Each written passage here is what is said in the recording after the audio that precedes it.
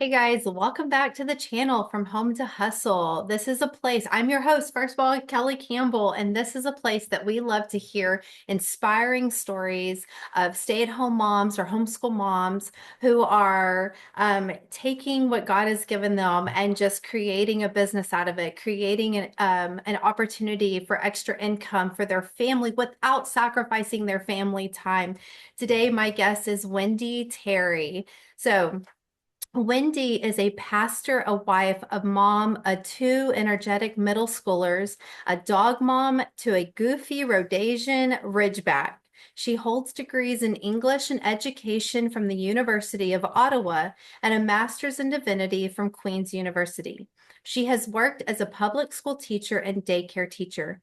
Born and raised in Ottawa, Canada, she now makes her home on the Connecticut shoreline where she pastors a historic Congregationalist church, is involved in mom's ministry, and likes to hike and watch movies with her family. Wendy is the author of the parenting book Mom Takes and co-author of the children's books Apples for Appa. Is that right? Papa, yeah, it's Kazakh for grandmother. Awesome. Wendy, welcome. Thank you so much for having me on. I really, really appreciate this opportunity and what a cool channel you've designed because I think women really need this guidance and like a safe place to learn about how to balance home and work and family and all the different things that we're trying to juggle at the same time as women these days. Absolutely. I mean, this came out of my own need. When I started several years ago, probably 10 years ago, I didn't have this. There was no way to for anybody to share how to balance like what I was passionate about and Hmm. staying home with my kids and how to like balance that. Because back then, even just 10 years ago, it was either or. You had to Right. pick, was it home or was it business and or a job or a Yep. career? And so the Lord has like literally unraveled my mind to say, I'm not taking this away anymore. I'm adding to your plate. And he I gives love us it. grace. And so I want to talk about, so you authored a book, I did. Mom Takes. Okay. Yes. Well, can you give us a little synopsis of your book? And then yeah, and then we'll go from there. All right, so this is Mom Takes, which is out on Amazon right now. And what Mom Takes is a different type of parenting book. It is a book that brings together the wisdom of over 100 moms sharing what has worked for them. So these is real life advice from real life moms who have been in the trenches with their kids. So instead of a parenting book being written by a PhD researcher who has a particular philosophy that you have to kind of fit yourself in, and there's definitely space out there for those books and what they have to share. This is more the advice you would get from that mom at the park who did something great with their toddler, or that friend of yours at church who has a really good tip on helping with their teens. So we had over 100 moms weigh in on, or I had over 100 moms weigh in on 21 parenting topics. So everything from food to sleep, screen Wow. time to keeping your marriage going while you have kids, Mm. safety, all kinds of different topics that moms want to know about. And I do sort of lighthearted introduction to each topic. And then I just let a whole lot of different women speak. What's their hack? What's their tip? What's that one bit of advice they're burning to sort of share with the world? And then we also included, along with the mom takes, so those little takes on, hey, what's your opinion on learning? What are some learning ideas you've used?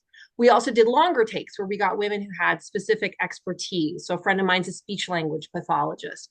Another one survived deployment with two little ones, found out she was pregnant right before her husband deployed.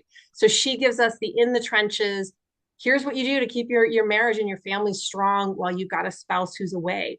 Wow. And so all kinds of stuff that people can apply and take into their real world life, including how to balance work and family. There's actually a work section in the book as well. So Oh, I love it. then Okay, because I'm a so pastor, oh, go ahead. oh no, I was just going to ask. So what ages does this target for parents? Absolutely. This is unusual as well as a parenting book because this is from, we've got advice from, things to do with your 6 week old baby all the way up to getting them ready for college. And Oh, we that's even great. have a whole section on those life skills that kids need so they don't arrive in a dorm unable to do laundry and not knowing how a budget works. So it's really a range of ages. And we got moms all the way from someone who I'd say is in their 20s to a mom who's 93 and raised 7 kids. So we really Wow. have a wide range in the book Wow. of their knowledge. Yeah. I love this. It's like it's really practical, relatable advice.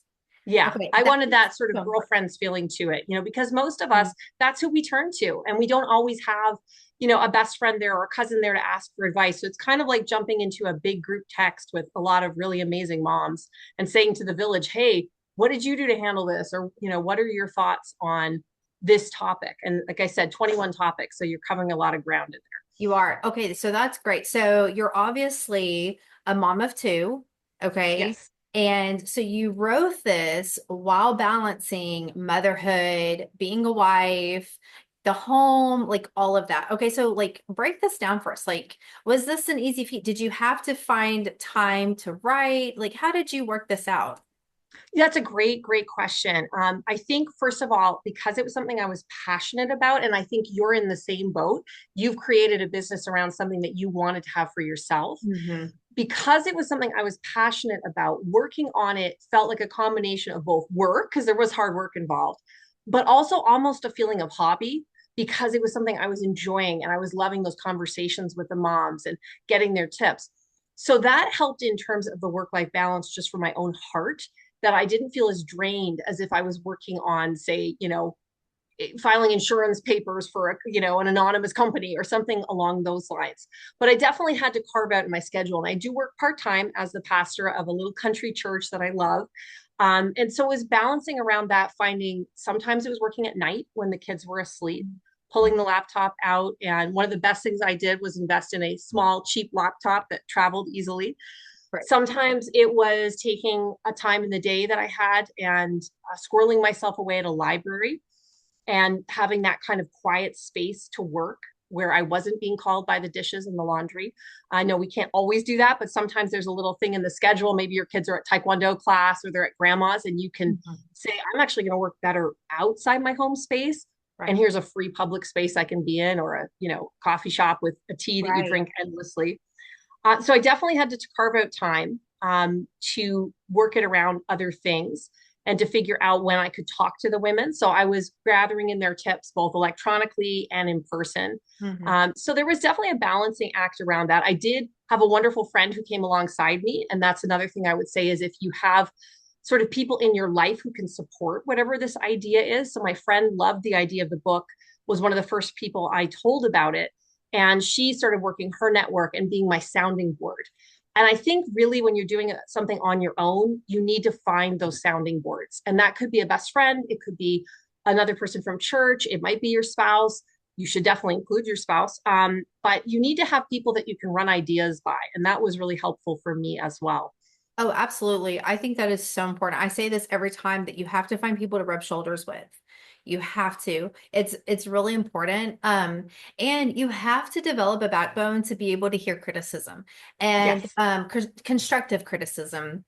When I wrote a book, somebody told me you need to send it out to some beta readers and they need to read it and then you need to get their feedback. And that was so terrifying because it's one thing to just put it out there and then, oh, well, somebody bought my book and you can be so excited about that. Like, oh, somebody actually paid money to buy my book.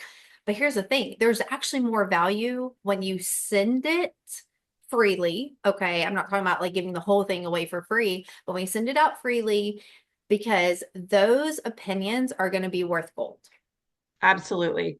That's And what. you have to be willing to go back at the manuscript multiple times. So we learned a really valuable lesson. So Apples for a Paw is a book I wrote with a good friend of mine whose background culture is Kazakh. It's Kazakhstan, not a place I had known a lot about before our friendship, but is actually the country in which apples originated. So this is the story of a grandmother. They call them apa in Kazakhstan, and telling the scientific origin of apples. But when we put that book out initially, we didn't realize till I was reading it out to my kids that there were a couple small errors. Now they weren't huge. We Mhm. had worked with a wonderful formatter who was able to really quickly fix it, put it back out on Amazon. But I learned a lot so that when Mom Takes came out, I Mhm. said, oh my gosh, we can't have that happen again because this had the work from a lot of other women in it. So there was a lot riding on it in terms of people had entrusted me with their thoughts, with their Mhm. advice.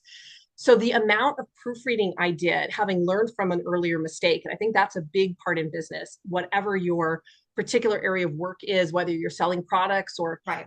giving life coaching or whatever it is, when you made a mistake, you have an opportunity. You can either get defensive or you can learn from it. Right. And if you learn from it, we learn from it. So we had a friend I have a friend who's a professional proofreader who grace of God, offered to read it because she likes to read things for fun. That was incredible. So I took her up and she was, examining this thing for Oxford commas and all that sort of stuff.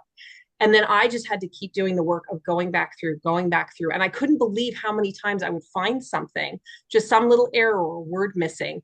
And if I hadn't put that work in, there could have been some embarrassment on the other end. So I agree with you, getting it out to people to read, reading it frequently yourself, taking a break, coming back to it, is really, really important to make sure that it's a product at the level that you want. And I think knowing your own limits too. Yes. So I knew I could write something well, but I knew that formatting, for example, like making sure the margins were perfect for the requirements of Amazon KDP and making sure there was no bleed in this, that's not my area of skill. And I knew that that was not somewhere I was going to thrive. So we actually found a wonderful professional formatter to format the book and handed off that part of it to make sure there was a professional looking product.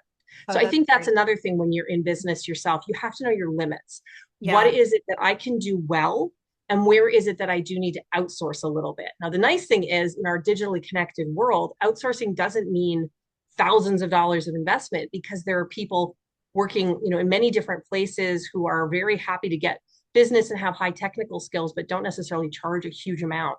Yes. So, I was really happy to have that. I don't know if you did that with your book, but or maybe you were a little higher skill set than I was on the technical side.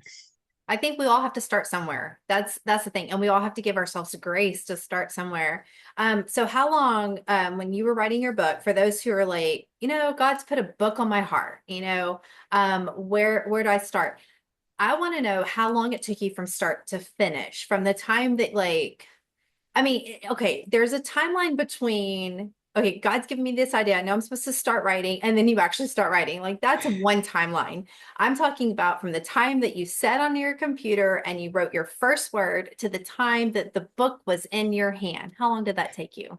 That was, I believe I started, and this is unusually short timeline, but I think that's because so much of the content came from other people. So if Hmm. I was writing every word of this book, I wrote the introductions, I added my own tips, I helped with some of the longer parts, but there was a lot of content coming in to me as a gift from the amazing community of mothers that I connected with. So my timeline, I don't want to discourage anyone who has a book on their heart. Your timeline may be a little longer if it's a one man band kind of thing or a Yeah. one woman band. I believe I started September 25th. The idea came to me, and I know that because I have an email. So it was around the 24th or 25th. I emailed a friend with the idea, my sounding board friend, to say, what do you think of this? And got back a positive reaction. I started asking for tips on the 27th. I sent that out to a group of cousins, really safe ask. Sometimes when you're starting, Mhm. it's good to go to a safer, smaller group, not throw yourself That's so full. wise. Y'all listen. Yeah. That's And wise.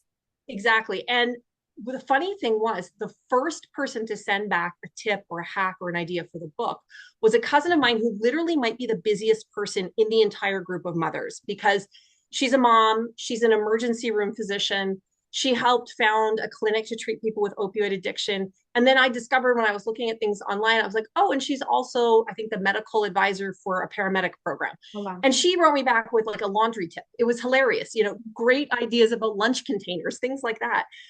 Very mom, real life sort of stuff. And here it was from one of the busiest people I know. And I thought, there's something here. I've gotten this tip back right away. I'm getting this good feedback.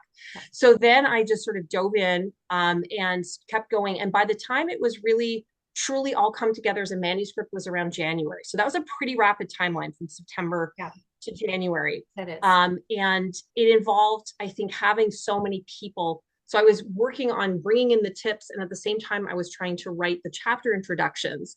And again, if you can do two things at the same time, if you can walk and chew gum when it comes to your business endeavors, so that you maximize the time you're using. So if you are selling candles and you can be designing labels at the same time that you're also working on the copy for your ads, Right. that can be very helpful to maximize, getting things done and getting things out there.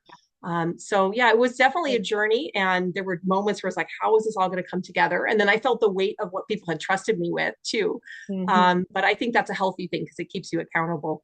Yes, yes. And for those who are like, oh my gosh, that's only a couple of months. So I self-published my first book, and from the idea to it was in my hand was about a year.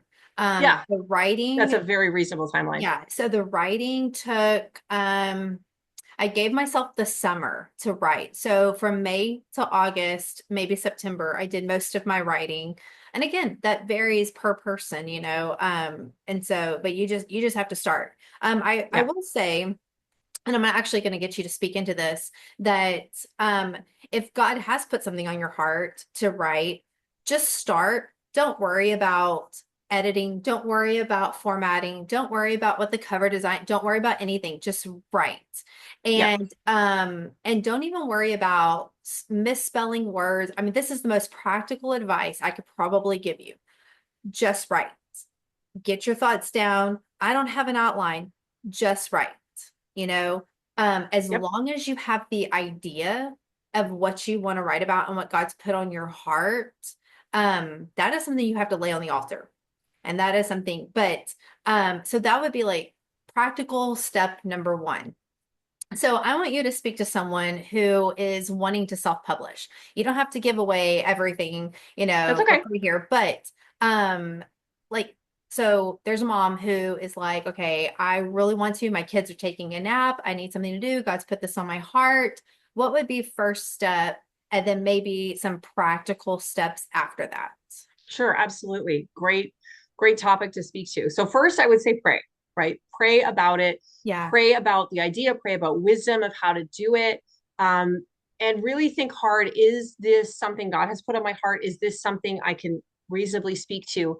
And then what kind of book is this going to be? Is this a journal with prompts? Is this a novel? Is this a long biography? Yeah. And maybe have a look at some examples of those genres that have really inspired you. If you Right. have a book you want to write the biography of your grandmother that's put on your heart. She was a godly woman. She was a missionary. Go find the biography of a missionary and get some ideas. I put a poetry book out years ago. And one of the things I did was I just went to the local library. I got a poetry book by a published poet. And I looked at how he divided it up. And I was like, oh, this is a useful format. And that gave me some knowledge of how to start organizing Yes. my work. So I would say figure out what your genre is, what's the length you're kind of aiming for. And then, as you said, you do have to jump in and start writing and not worry about perfection, because you can always go back and edit. You can always move information around. If you've got the middle of the book, you can start in the middle and then you can write the beginning after you figured out the end. The nice thing is that there isn't a rule book. You can throw out the real book. And you may find Yes. as you start writing the book, it becomes something other than what you thought at the beginning. I had these really silly comical titles for the chapters. They didn't work once I got going on it. I realized we didn't need that. There was some humor in the introductions. We just needed a straight out title. So where you start isn't always where you end, but that's okay, because I think if you're putting the work in, you're praying about it, you're trying, you're going to find you create something. And then it's looking at what that thing is. How do we polish it up and make it the most marketable? And not everybody has like a 300-page book in them. There's a lot of books that have been successful that are much shorter these days. So it's Right. better to say something well in a shorter format than to unnecessarily pad something. Quality over quantity. Yes. Absolutely. So with that being said, I mean, you put in here that there was a time that in your life that funds were tight. Mm-hmm. And that's what Mm-hmm. kind of like inspired you or whatever. I just want to speak to that really quick. Like I know what that feels like. I know what it feels like to be a one income family, to have four kids who are involved with things and you're dependent. And so you said that this idea was birthed during that time where things were tight and you were like, God, what can I do? And he downloaded this. Yeah, it was really interesting. So we were having a bit of a tough year, just things were tight. I mean, everybody knows the price of eggs right now. It's not coming down. And it had been a rough year in other ways too. My beloved mom that I was so close to had lost her battle with cancer. I'm a clergy, so she had wanted to be buried in the more warm weather. We're from Canada. So we'd had a funeral earlier, and then later we had a graveside service. And I said, well, I can do that as clergy. We had done the funeral with her pastors, but I said I can step up and do that and save them the drive up to the little cemetery. And we did that and had beautiful family time together. And then I woke up super sick towards the end of that trip and ended up needing emergency gallbladder surgery. So we were in a year that was a Yes. little bit Yeah. rough Yeah. on a lot of fronts. Yeah. And I was kind of just looking, I was on the internet and this thing came up about a woman who was writing books using AI. And the writer in me, I think, was like, oh, I don't want to write books with artificial intelligence, but I could write a book. And the idea sort of started right there. And then it just kind of came. I'd like to say it was the Holy Spirit giving an idea of like, I've been in mom's ministry. I read a lot of parenting books, but what about one that drew on the wisdom of all these moms and grandmoms who have Yeah, been down the road and have this insight to share? And I think, women have learned so much in their parenting journeys and they don't always have a space to share it. So that's true. that kind of all came together in a year that was difficult. And I have to say, it really lifted my spirit. And that's one great thing. If you can find a business that it feels a little bit like a hobby, that lifts your spirit, that you feel passionate about, it's going to make the hard work a lot easier. And Yes. it's going to make the work life balance a lot easier. And Yeah. I was able to dedicate the book to my mom and share some of the wisdom she gave me in the pages in a way that was really joyful. And it was such a thrill. Some of her old friends were sending me tips, and I was like, oh, wouldn't she love this? And so it was a really beautiful thing to do in a difficult year. But I would definitely advise, if you're choosing a business, don't just choose a business. Look Yes. for something that sparks something in you. If you care about health, a health related product might be the thing for you. If you're really drawn to beauty, something that's involving home decorating might be Yeah. your thing. If you love to write, and I've loved to write since I was young. So it just was like a little candle being lit up inside to get going on a writing project. Absolutely. Yeah, that's right. I mean, how many times do we spend our wills and our energy and our resources and everything trying to find our niche, trying to find what we're gifted in? And so that is a great way, that is a great place to start is what do you feel called to? You know, um, I actually have a couple of things, but one of them is I am called to teach other women how to create home cooked meals. And my tagline Fabulous. is spending less time in the kitchen so we spend more time around the table. Because to Beautiful. me, that is important. This is where our family community life begins and ends.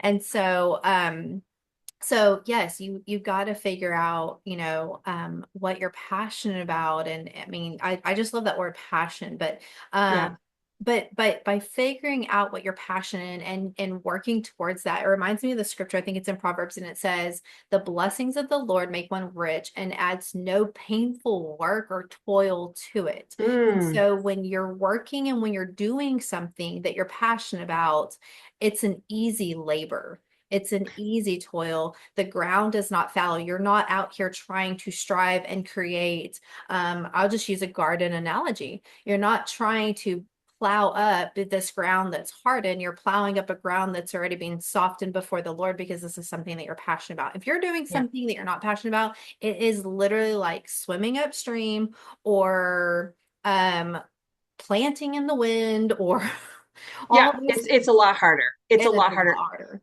for sure. For sure, for sure. And there's always going to be those times in life where you have to go chop wood and do something that's not as much fun. But I think you can really guard against a lot of burnout by being in an area that you have some sort of feeling of calling to, feeling of passionate about, and people are going to see your interest. My husband's a salesman, and he'll never sell a product that he doesn't believe in, because that one, it's not ethical, but two, people are going to see that. I think they're going to sense whether you have a passion for what you're doing and you believe it's going to make the world a better place, or whether you kind of doubt your own labors. So yeah, I do agree with that. You've got to find that area of interest and Absolutely. stoke it. Are you type A? Are you a type A?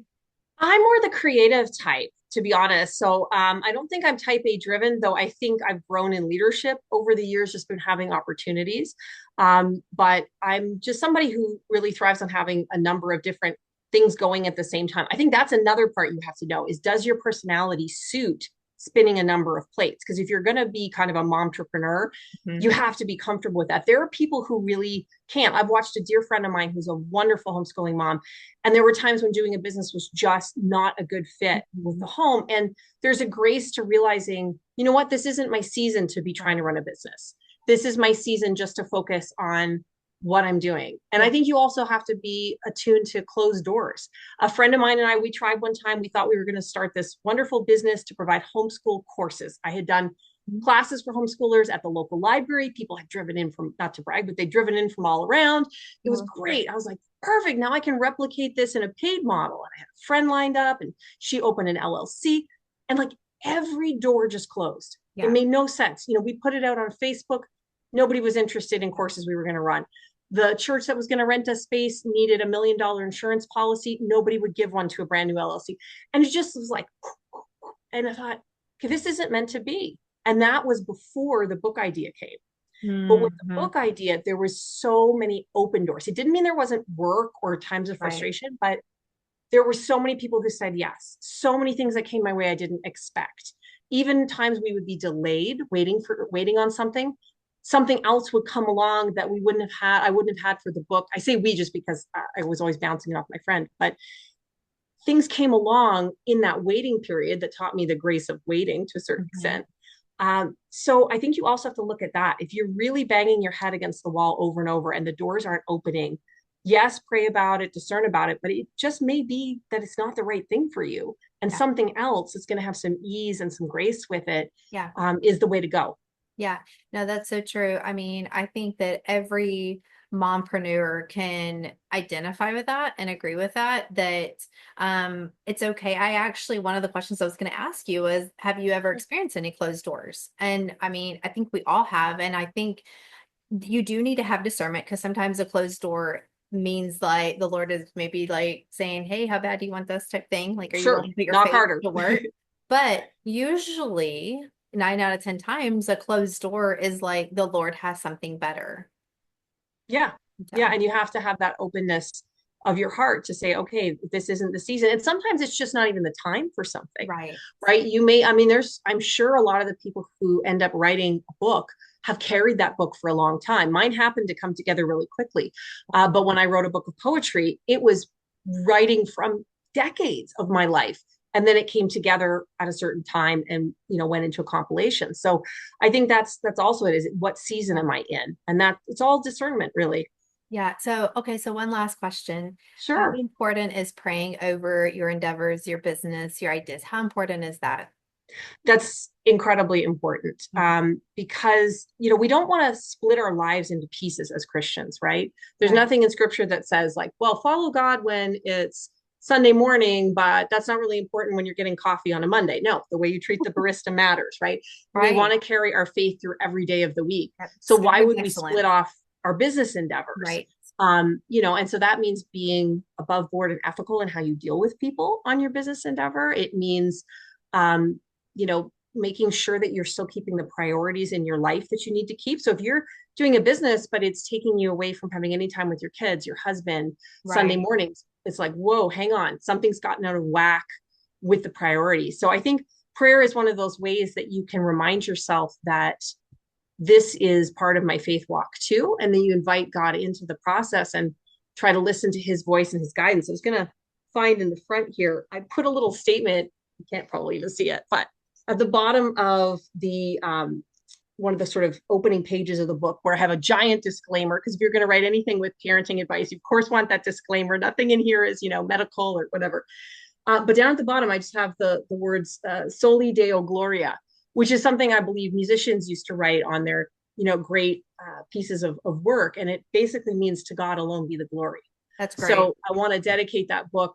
We had moms from very different backgrounds give their tips, but there was a large core of Christian moms, and I explained in the introduction everyone's different beliefs, but because the scriptures inform my parenting, there's scripture in with every chapter, and there certainly is Christian perspective shared by a lot of the moms. So being Yeah. able to dedicate the book Yeah. that way to God's glory, I think is important. And I think you can write that on any business you have, whether you're selling coffee or you're coaching Yeah. moms on cooking meals with the family. Like, is this to God's glory, and asking God to help you have your Yeah. heart that way? Because it's not going to come naturally. Sometimes you want to, just have all the control. Yes. And so prayer is a great way of reminding yourself, That's that great. really in the end is supposed to be for God. So, okay, one more question. Where do you see Sure. yourself in 6 months? Whew, good question. I think in 6 months, I think I've really entered the phase when it comes to the book of that kind of marketing phase of Yeah. getting it out to people, having a launch party, hopefully getting it into the hands of some different folks. So I think in 6 months, I see this as a tool that's going out to help mothers, that's maybe getting some moms who haven't thought about faith to think a little bit about it, Great. because they may have picked it up because their friend had a tip in there about food, and they start reading about people's parenting philosophies and like, Mhm. oh, where does God come into how I parent? So I think in the next 6 months, I see I see in terms of the book itself, it getting into more hands and getting a little more strategic on marketing and making sure people know that it's out there.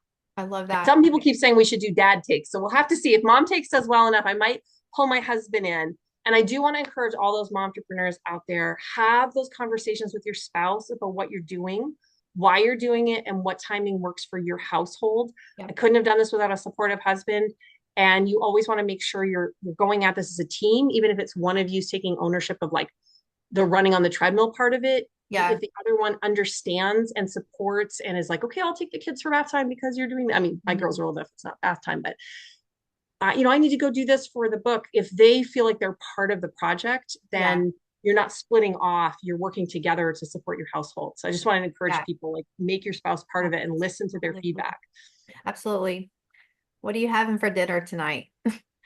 Oh, you know what? My husband is the better cook of the two of us. And so he's cooking tonight. I cooked last night. It was pasta. So I'm not sure what's going on tonight. I haven't peeked it yet what he's defrosted, but he is a good cook. So it'll be something yummy. That's great. I love it. I like asking like personal questions towards the end, just to let people know, like, hey, we're real life. I mean, our house Oh is yeah. messy most of the time, and unless somebody comes over, then it's a real quick blitz, you know, Yes. or something like that, or what's for dinner. And sometimes it could be takeout, and that's okay because even though I'm a home cooked meal person, hey, sometimes we have to go pick up some meals. Yeah. Okay, Wendy, so how can people find your book? All right, so Mom Takes is on Amazon. If you type in Mom Takes and my name, Wendy Tarry, Tarry, you will find it. I think you can find it just by the title, but if you want to be certain, you can find it with my last name as well. And you can order it. It's $15 for paperback. It's $7.99 for a Kindle e-read. So it's really easy to get your hands on this through the Amazon platform. That's so great. Well, I Yeah, appreciate you coming on today thank you and so much. sharing all your tips and your encouragement and inspiration of just how you've done this and balancing home and work and life and writing this book. And so, all right, guys, if you guys have been blessed, just why don't you guys head over to Amazon, check out her book. I'm sure you're gonna be blessed. I'm sure if it doesn't apply to you, then you can find somebody that it applies to. I mean, practical tips, you just can't get better than that. Those are like hidden treasures, okay? Absolutely. So I hope you guys have a blessed day and we will see you next time. Thank you so much, Kelly, for this wonderful interview and for the great work that you are doing encouraging moms. Keep it up. God bless you. Thank you.